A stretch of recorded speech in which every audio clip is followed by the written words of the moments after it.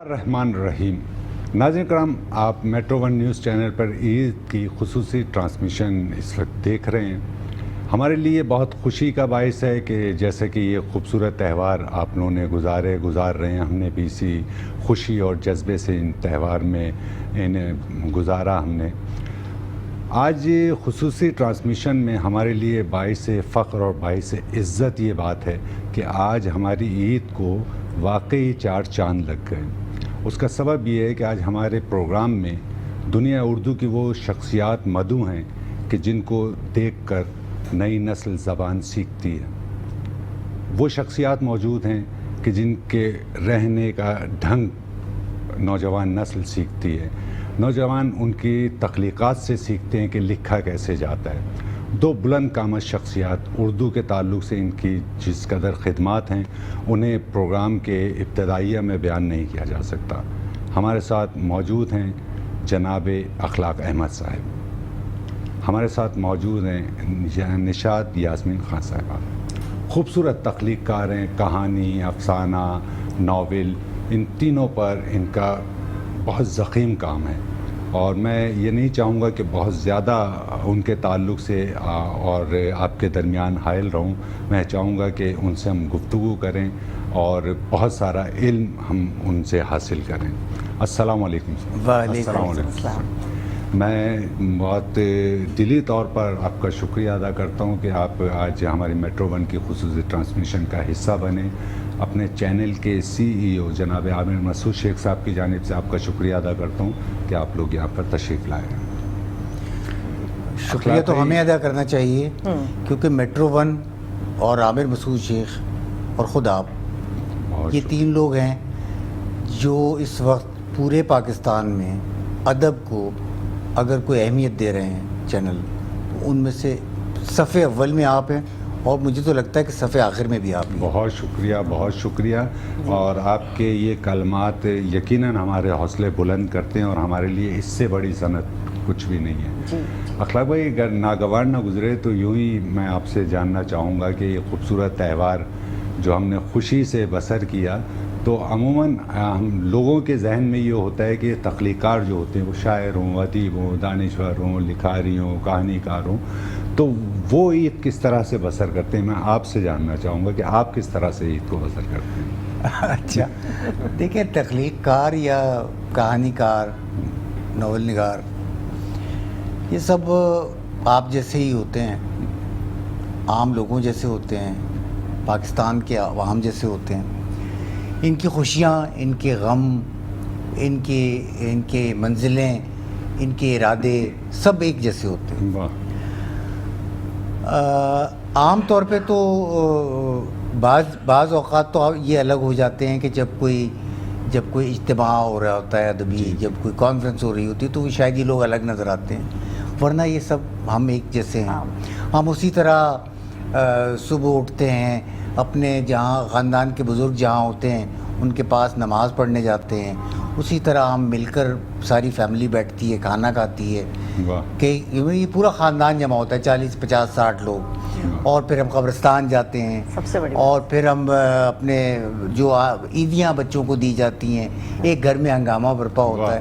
تو وہ ایک روایتی جو چیز ہے وہ ہم کوشش کرتے ہیں کہ ہم وہ جاری رکھیں۔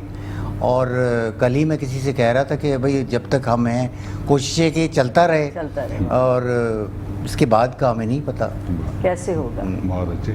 وہ یوں ہی میں آپ کی اجازت سے نشاد یاسمین صاحبہ موجود ہیں، اور میں یہ جاننا چاہوں گا کہ یہی سوال اگر میں آپ کی خدمت میں قائم کرنے کی جسارت کروں تو آپ کس طرح سے عید کو بسر کرتے ہیں، گزارتے ہیں، عید کو مناتے ہیں؟ بہت شکریہ ویدی اور میٹرو ون چینل دونوں کا، اور عامر مسعود شیخ کا بھی بہت شکریہ کہ انہوں نے ہمیں اتنی عزت افزائی کی، کیونکہ ہمارے پاس تو کوئی پلیٹ فارم ہی نہیں ہے کہ ہم اپنے جذبات کو اپنے لوگوں تک پہنچا سکیں، اور یہ تو بہت بڑی بات ہے کہ آپ لوگ ہم لوگوں کو عزت دیتے ہیں۔ اور سب سے بڑی بات یہ ہے کہ ہم، جیسے اخلاق نے کہا، کہ ہم عام جیسے لوگ ہیں، ہمارے گھر کا ماحول، بچے، شور مچانا بچوں کا، عید کے لیے ضد کرنا، چوڑیوں کے لیے لڑکیوں کے لیے ضد کرنا، جیسے میں خواتین کی بات کر رہی ہوں، اس اینگل سے بات کروں گی، تو